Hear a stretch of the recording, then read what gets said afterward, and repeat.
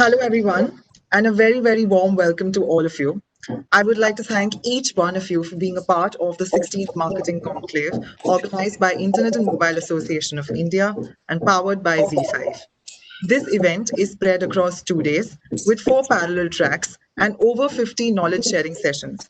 I would like to take this opportunity to thank our gold partners, Infobip, Brandwagon, Flipkart, Jagra New Media, our silver partners, Telesign and ShareChat, our creative partner, Blink Digital, and our knowledge partner, Nielsen.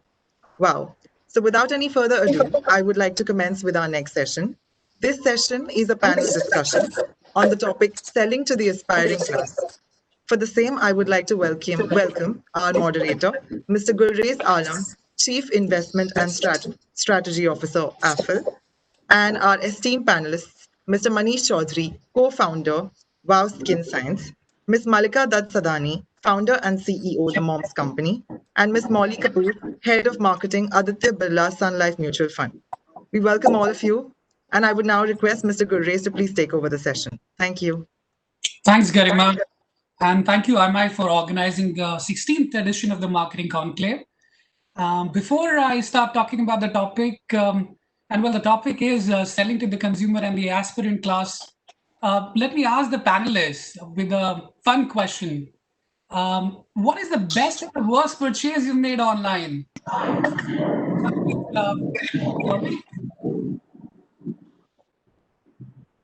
So, Gurrez, you asking me? Sorry, you cut off for me. Very first, I want to take the ladies first. Okay. All right. So I will talk about the most exciting recent purchase that I've done online, and that's a vacuum cleaner. So that's been my most precious purchase of late due to COVID, lockdown, etc. And I really value it. I think the worst purchase, can't say, because worst purchases we just return, right? So, Right. so I just forget them after returning. Fantastic. What about Malika? So I was just going to say, with the lockdown, I bought a vacuum cleaner, which was very, very useful. I think the houses went through a complete revamp on cleaning items during lockdown because nobody was coming home to do work. And I think the worst purchase I did was a piece of clothing that I'd ordered online from this website that I'd started, and it's also about 3-4 years back. And I say it was the worst purchase because I had the worst experience returning the item. I couldn't return the item at all. So I think more than the product, it was the experience with it which made it like the worst purchase for me. And I'm sure you did give your feedback to the brand. Everywhere, but no response. So well taken. What about Manish? Mine is hilarious. So I do almost everything of mine digitally, and my wife has come from a matrimonial site online. So that's the best purchase I've had. And the worst would be I think a fake product coming, and I think I would have been a victim to many, and that's a menace online. So these have been my best and the worst, what I could just top of my mind. Well taken. And before I begin the topic, let me give a small gift to the audience. We obviously will have an interactive session, and in the end, we'll have a Q&A. And to the best question, we will also give a gift hamper from Manish Wow Skincare. So please be geared up. Please ask interesting questions, and we'll have a gift hamper sent to your place. All right, let me dive deeper into the topic today. And obviously, when we're talking about selling it to the aspirational class, if I can call the aspirationals for today's discussion, let me ask Molly. Molly, you spent 20 years in the financial industry, and you talked about audience investing into an SIP product or a mutual fund. How have you noticed the audience behavior changing in the last 5 years?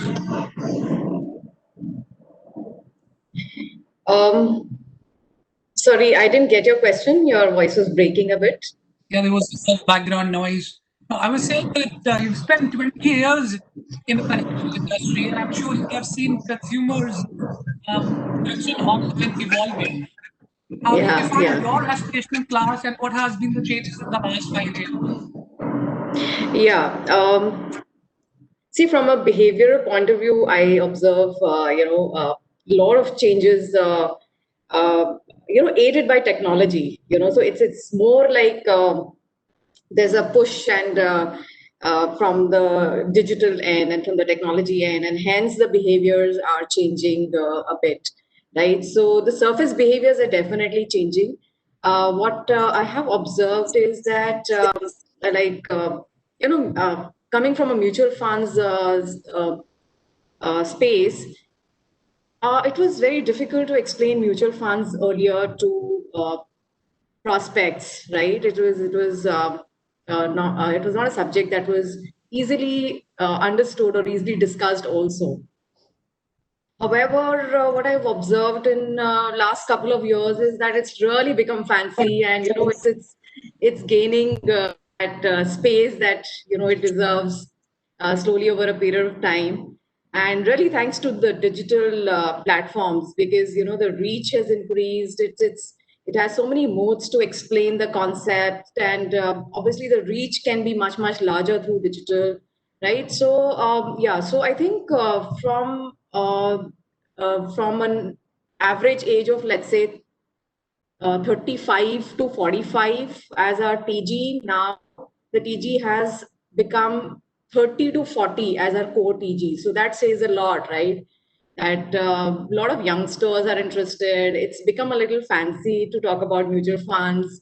Yeah. And it's also becoming a little bit of, I would say, a common subject to talk about, which was not the case probably 5 6 years back. So that's a good sign, actually multiple good signs that are opening up to this idea of investing in mutual funds right on from their first salaries.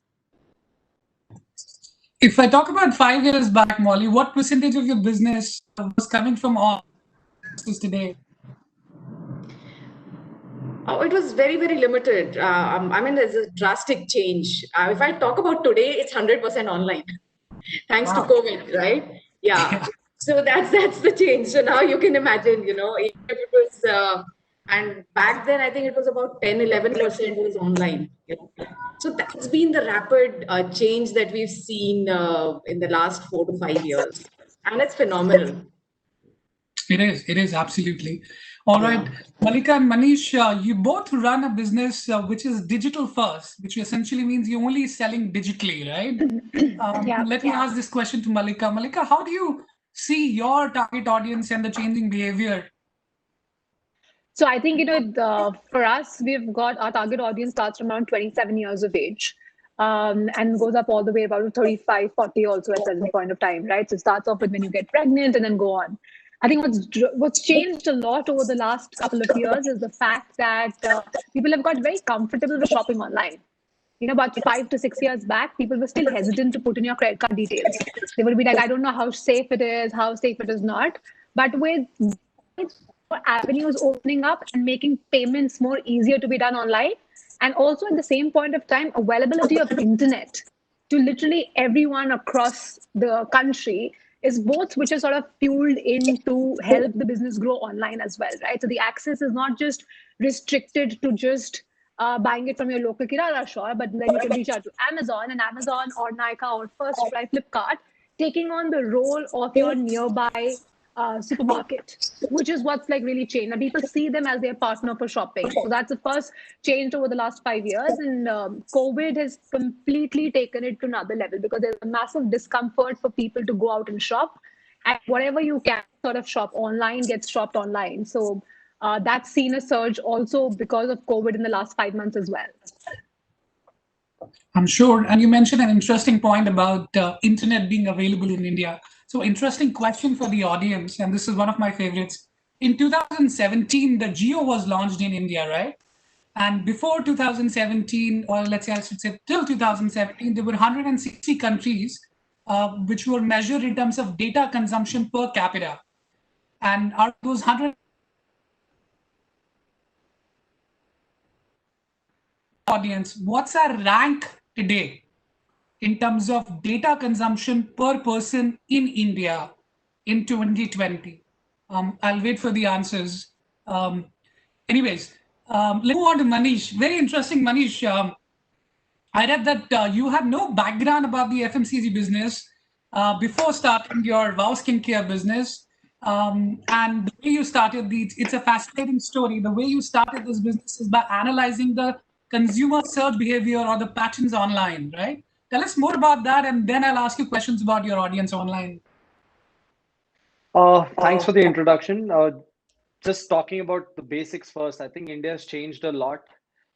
2016, 17, when we wanted to get into hair care and skincare as a company, a lot of people wrote off saying, you know what, people are not going to come and buy an unknown brand online. It's always going to be a challenge. You're going to be fighting the conventional retailers where most of the touch points or customer trust areas would be either a beauty assistant or a retailer. But it was amazing to see what data and analytics really does to understand what a consumer's demand, what they are looking for, what they're searching for, granular moves on understanding that. And a brand like us has to continue to be constantly listening to their customers. It cannot be driven anymore with what a gut is driven by. Like when I say gut, it doesn't mean that the founders, what they say is the final decision on what you build for the customers. It's all about how do you build a product and a customer story, what consumers want to see. It was extremely fascinating to see how India has changed. And when I say about that, I talk about the power of the internet today. Just imagine 7, 8 years back, if you ever had a problem or you want to solve a problem, who were you dependent on asking for answers? It could be either a friend or a brother or a mother or a closest chemist. But today, I think Google is a friend of everybody, right, for answers. And today, consumers are very, very granular on what they want to see, what they don't want to see in their product. And brands like us, new age brands, have got a lot of insight flow, which gives a lot of advantage for them to build a brand as well as build a strong product portfolio in their offerings. And it's all early days for us, as I mentioned early. But it's fascinating to see our TGs starts from right down from 18 to 28, which is our large bucket of buyers, and then it goes beyond. So I have not yet gone to the larger consumers. I'm still at the millennial segment, and that shows that young India wants to look good and feel good at a young age. A lot of their savings or their pocket money has been deployed into their health and wellness, which is very encouraging. And these are very strong data points for years to come for brands like us on the internet. Manisha, I understand that you have significant presence outside India as well. Is the target audience any different? Have you noticed any different? Slightly, yes. The US market where we do it's a much more matured market than in India. India, if you see, we are a very deprived, under consumed health and beauty as a segment. We don't take care of ourselves that much, but the West does. So obviously the TG bar increases there. We are slightly at the 25 to the 40 band. Not like India where it's 18, which really shows young India's really preference, wants to be healthy and beautiful at a younger age. Obviously, US larger market, more matured, a lot of participation of consumers in that, a lot of disposal of income more than India, but we're catching up. We usually are laggards, but we overpass expectations in years to come, and we are all waiting for that best part of the story to come, which is a few years away for us. Oh, absolutely. And let me assure you, in some of the digital innovations, we are actually ahead of some of the developed markets. We'll talk about that and more. Let me also ask you, I'm assuming that all of you are investing significantly in the digital marketing. You're selling online. Most of the businesses are online these days. Let me ask you about your digital playbook. What are the latest tools or technologies that you've invested in getting specifically the consumer insights? We're talking about the aspirationals. How are you capturing this consumer insight? And if I can ask Molly this question. Sure. See, the beauty of digital and the problem with digital is that everything is so real time. and there are so many multiple levers that you have to keep on watching on a real time. It's like, it's like watching a dashboard or multiple dashboards, just going on simultaneously. So, yeah, I mean, I think there's no limitation to hearing when it comes to digital. It can be endless, right? It can just blow your mind, and you can just get lost in the amount of information that you can get through digital, and while understanding what your consumers are trying to say.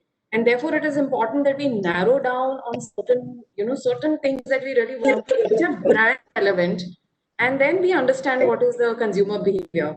So even today, of course, we listen to consumers digitally, but I also rely on behavioral researches, right? Which may or may not happen digitally. In my case, I don't do those digitally, right? I have a consultant who actually does more, more offline researches, which are more cognitive, right? Because this beyond your surface behavior, there's a cognitive behavior, and if you understand that behavior, that will reflect on what you do digitally or otherwise, right?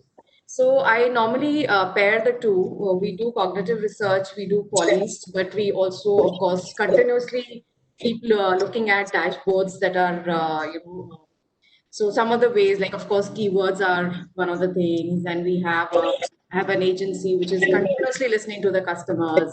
We are not just looking at the behavior within financial services, but I think when we talk about behavior, it has to be an overall holistic kind of understanding of what a consumer is doing today, right? So, for example, you don't pick up newspaper nowadays. Most of the digital consumers, you pick up Twitter, or you pick up a news app, and then you just see the news. So that's how the behavior is changing. Many people don't have television in their houses now anymore, right? So these are some of the behaviors that we continuously. So these are the larger ones. Of course, real time behaviors are very, very nimble. You have to catch them as on the go. Okay, and so much so that sometimes external environments kind of impact behavior so much that you have to be really, really quick at observing as to what's going on and respond to it very quickly. So for example, everybody gives example of COVID, but in my industry, I have seen various such instances, right? COVID, of course, is a big thing. So for example, any market movement, right? For a little longer period of time might impact what is the behavior of my consumers. So, net, I have to actually marry an offline behavior at a very large level to an online behavior for a reasonable prediction, right? But to manage an ongoing, business as usual, then those are, the real time behavior that's going on the digital space is something that we monitor. To map this behavior online and offline, any investments, any DMP or a CDP, data management platform, or a customer platform? Yeah, so see, normally we have an entire analytics in place. We have a customer analytics engine in place, and we have online tools also. So, for example, uh, we do uh, we do have audience targeting, we have analytics in place, online analytics, GA. All these things are there, the basic ones. The And standard. yeah. So I think without these two, you cannot operate, right, today. So these are some of the ones that we already have. Other than that, as you rightly said, you have to marry an offline and an online data to get to a. I think one of the bigger challenges nowadays is that you have so many multiple platforms. You have website, you have apps, then bot, then SMSs, email. There's so many platforms. Even to integrate this data and get some meaningful information, that itself is like a big challenge. So from an analytics perspective, it is very important that we have a persona for every individual, behavior of every individual. So such segments, which were larger segments, are now becoming very, very micro segments. So that is all driven by how people are responding to all these platforms. Uh, so that's how it is. Like for one product, now I have 10 shops versus having one shop. right? So that's the challenge that we have. Yeah, but then we have an assimilation. We do analytics, and we have an entire analytics shop in place. And we try to kind of, though it's difficult, I'm not saying it's easy, it's like really difficult for a digital business to have that data in one place and have some meaningful information. Like probably in Manish's and Malika's case, since they are just completely online, then all their tools just focus on, online. Measuring. Probably, I'm just guessing it, right? But in our case, it's like a phygital world, and we have to take both the worlds and then marry the two, and then continuously keep on reading it. And I'm not saying that digital is easier. It's not. It's absolutely not. It's like multiple dashboards running. But just that I probably have a little different kind of a challenge in terms of having a phygital structure also. Well taken. Let's ask Manish. Manish, your audience, your aspirational class. I mean, I can imagine that it has such a vast demographic or so-called psychographic profiles. I mean, it can be somebody who is highly educated, a management consultant, or it can be a student, as you rightly mentioned, 18 to 25, looking for organic products. Or I should mention the most famous product of our skincare, apple cider vinegar shampoo. How do you keep track of these different segments, different audience classes? Any tools, technologies that you've invested in? So most of our tools and analytics, media buying is all in-house. We don't rely on external agency. Unfortunately, we have not yet built a talent pool of experience in this sector yet that we can rely on experience which is coming. We're slightly behind the West because we are around 8 to 10 years behind where that is on e-commerce, building large business, digital advertising, analytics tools. So whatever we are building capabilities is all in-house. We don't have very less of our KPIs or our processes are given out to agencies to work on. We are extremely being digital. You can be extremely granular and specific on what you want to advertise, where you want to advertise, what is your current amount of TG, what are your consumers talking about you. Let's say today's large kind of proportion, I wouldn't say large, how do you balance greed versus overexposure of your brand online today? Because you're on the digital side, it doesn't mean that you sell a lot, you make a lot of money. It could also be the other way around. If you don't have a process in place, you could have more losses with more sales. You need to have a lot of capabilities of understanding who are your real word of mouth influencers to start with as example, which is 20 to 30% of our business. How do you build a brand? Understanding who's your right influencer for your business. Are they portraying your kind of right messaging long term for you? So these are some of these tech abilities and the understandings what we are trying to build in-house. I wouldn't like to be come and say, you know what, we got the best tools, because this is innovation at a lot. You have to continue to build great systems and great tools to reach out to your customers better. So we are very, very, very granular on what kind of budgets we spend, what kind of demographics. I mean, look at what the power of the internet is today. I can micro advertise to a set of people, set of community, set of maybe in college students, and advertise right through there, knowing that this is a great place for conversion. So you have to blend yourself for more of performance versus the ATL activity. But today digital really can tell you, and pretty fast, on what your product feedback is, also with running some high performance based advertising. So things have changed a lot, and they'll continue to change. Like Molly said, I think, and I'm one of those people in the camp. I haven't called a newspaper since the last 7 years. I've disconnected my setup box for more than 2.5 years. And we are not the real India story at the end of the day. It's the large population which still reads newspapers and large on setup boxes. But the transition is happening. And courtesy digital with geo penetration, and I think that's all coming online. And I think you have to be very adaptive and fast to understand where your customers are going and where you can address them pretty quickly digitally. Yeah, I mean, trust me, the transition that you talk about is happening and is happening at a very fast pace. But you also mentioned a very controversial sentence. And since I am from the agency world, I need to ask you this, that the decision to not outsource some of the digital work to an agency is because of cost, or is it because of capability? It's not cost. It's you have to build systems in house that you have to be you have to be dependent on your own systems than giving it out to agencies. Remember, you work with. I have all respects for the agencies. I'm not an anti-agency, but the question is when you have a team specifically driven to do that, I think the output comes much better.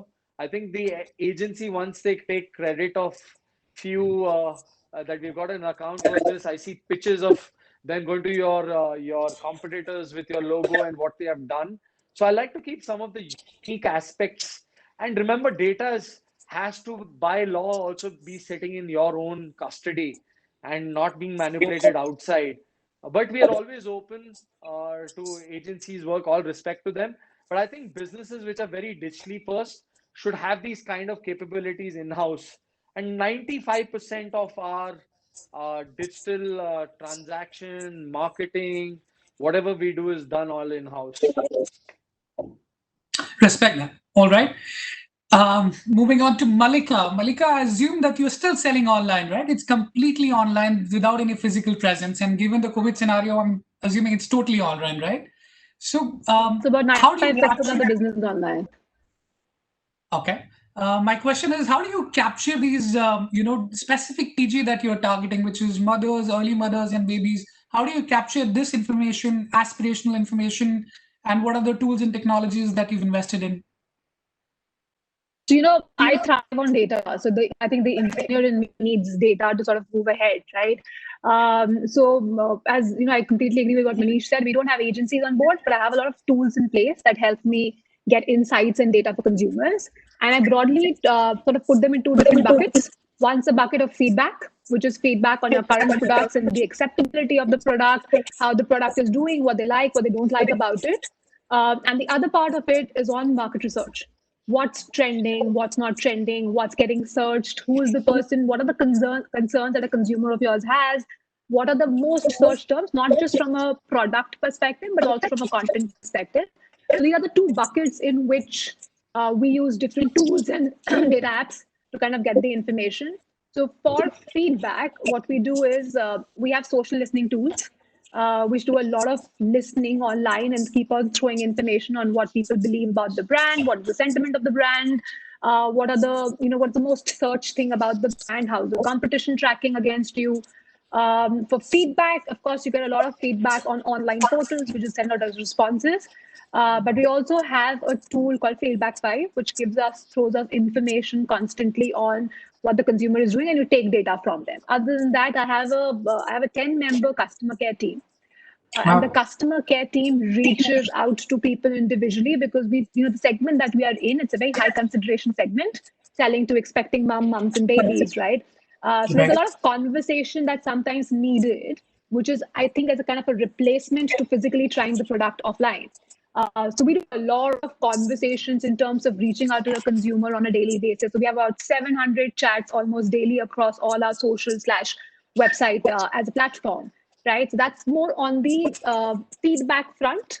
On the insight front, there's constantly looking out for what are the most trending ingredients, most trending search terms, what are the most trending search concerns, and which is the pocket of people who are looking out for that, right? There's enough and more information available for you online, which allows you to target people very specifically online. So, for example, you can choose people based on interest groups, right? From interest groups, I can sort of really target my audience very, very carefully. So all of this, when you put into place, is how we'll end up reaching out to our own consumer and also get insights from them. Absolutely, and I'm glad you talked about so much of consumer insights. I want to ask you that how does this consumer insights translates into actual media planning? So are you still using when it comes to apps, when it comes to media planning and actually putting the media out, or these consumer insights or the micro segments that you spoke about actually gets used and translates into ROI? The large part of the business still comes from the top platforms. Right, that's where everybody is, and then you still get them there. Other than that, also you get a lot of consumers from marketplaces. Your merch there also decides on how effectively you can get your consumers there as well. Insights, how we translate them into actionable items, is broadly where the insights decide where would you want to target your consumer for. Let me give you an example, right? If you're looking to do a particular launch, let's say in our case, stretch marks. What you can do is online figure out which cities the concerns for stretch marks is the largest, right? Once I have data or to this extent, obviously my performance gets targeted to these locations. But what I also do along with it is that I activate influencers in these locations. So these micro slash mini influencers who are in that particular city where I think the search is the highest for the terms, and they have a very targeted audience which is from that particular zone, is what I reach out to, so sort of have conversations with them. That's broadly how you land up using all the information online to decide what kind of media you would buy for what products.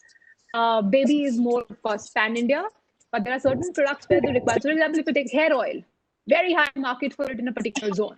So you pick that up and then you blow out and make your media plan accordingly based on where it is searched from the maximum. All right. Manish, are you using similar techniques when it talks about translating those consumer insights to actual media planning and putting the money on that media? So see, our approach is slightly different. We don't go all guns blazing on campaigns and on new product launches. Uh, we do have our own way and methods of launching. Example like our onion hair oil is one of the most loved products on all my marketplaces to begin with. So usually whenever we obviously products of ours are built on insights, understanding how many consumers are searching for it, how big the market could be. We are always looking at, either we're the top three in that category to be in. If not, we won't be in it. But it's very important what we do. We usually, after launching a product, we don't have all dollars spent on it. We wait for a lot of organic, a blend of organic and a lot of media blend together, small to test what do consumers think about that product, because it's very important that you're very agile at that time. Because see, you got one chance with building a customer trust online, and it's love at first sight for the customer, or it's a rejection on. Remember, consumers are paying their hard-earned money buying our products. We are a digital brand. We don't have a large sampling activity at our end. Consumers are almost buying it full price. You have to be very, very cautious on what you're building and what you're offering your customer. It's all about, all the last 5 years, I would say, it's all about building trust with your customers. And why are you a why brand to a customer? Why a reason should customer should buy you? We have emphasized all our dollars on explaining that to our customers. So we usually are prepared for a full-blown activity only when we know that the product has made the cut for a full-blown execution on deployment of capital. And then we go all guns blazing on reaching it out to more customers. But data and agility and speed at which you adapt, fix, and get it going to your consumer's hand is extremely important. So if you remember, I started with the word of greed. It's very, very easy to be greedy online for more sales, because I can X amount go and deploy on Facebook, Google, even on today on the marketplaces on increasing searches. But what is the outcome of it 6 months, 8 months? What would my reviews stand online with it? It's very important you have that balance, because once you're all in with your customer and you don't have a high repeat rate, then I think whatever you're building today is immaterial, and it's going to go down in dust. So it's very important you have a blend of these two on how much money you can deploy. So I always use the word with my team on the greed. I mean, we are all here for the long term. It's not all about making money today, but I want to make money long term. It's not all about short term. So it's very tricky on how do you balance that as an organization. I noticed, Manish, that you signed up with Disha Patania a couple of days as the brand ambassador for WOW. Is that correct? Yeah, so that is one very big decision for us, building a sizable business online Right. completely on trust. We've never had a celebrity online, and celebrity as a brand, but look at what it was in the past. A large FMCG brand always relied on a top influencer or a Bollywood star to reach out to a consumer. We always knew it. If you really want to get into the large scale of becoming a large brand in India, penetrating into tier 2, tier 3, tier 4, you need to have a different strategy. And we're just about getting ready for that kind of approach. But even deciding who's your right ambassador, right, for your brand, it went through a lot of processes. I remember interviewing 6,000 customers of mine with 10 stars. And we went through a survey to go and say, we just want to know who's your favorite movie star, right? Today it's so easy for board members and founders on a table to say, you know what, I like this. Let's have a vote of it, and let's do that. No, we will go back to our customers. Like even in the US, US team came and said, you know what, your cluttered labels are built for India, not for the US. US likes it clean. So I said, you know what, we're not 9 people who are going to be sitting on the decision table. We'll reach it out to consumers, and we sent it out to 10,000 of our own customers, and we knew what was the winner. So today data is so critical. Like even for a celebrity, what we got on board was so important with data, because then you start making less errors, and Right. your cost of failure is very small for you to make wrong decision. So I we're just totally trying to. agree. I'm not trying to say that we have mastered the art, but I think today, if we so much boast about D2C brands saying that हमारे पास इतना data है, I mean people come and say how well are you using your data. So let's see. It's early days for us. Wouldn't like to boast about it too early about it. I totally agree with this online versus offline multiplier effect. And I'm going to quickly jump on. I'm running out of time, but quickly jumping on to Molly. Molly, we've seen a lot of digital first banks and digital first initiatives. What is it that you are doing to build that brand or to trust online? Quick answer. Again, I didn't get your question. Sorry. I said we've seen a lot of digital first banks coming up, digital first accounts coming up, which are trying to build association and trust with the aspirational class. What are you doing to build that trust for the brand? What are they doing? Is it? What are you doing in specific? Okay. See, what I totally believe that it's just not the what is a brand, right? Now, in today's context, brand is a experience, right? There are so many products out there which are very similar, right? Even in my case, every product will have 40 cousins, right? And similar looking, or rather 40 twins. What do I call them? So they're very similar or same products that are out there. So how do you differentiate yourself? So I feel that every brand now, or rather should have already started thinking of a more holistic experience that they can provide to their customers, right? And experience counts from the very first interaction that a brand makes with the consumer, right? So, for example, we did a rebranding of our organization, and we had a different structure in place 2 years back, and it was Aditya Birla Capital, that we kind of moved to, and that capital structure. And at that point in time, I feel that a brand, it really matters as to what is the image of a brand that you want to communicate, right? Do you want to be an authentic brand? Do you want to be a simple brand? Do you want to be a casual brand? What is it that you want to communicate? So everything really matters. So much so that the images or the image bank was created in-house, right? We never wanted to pick up images from the internet. So these are so many detailings. Like what is the experience that you give at a branch? What is the experience that you want to give on a chatbot?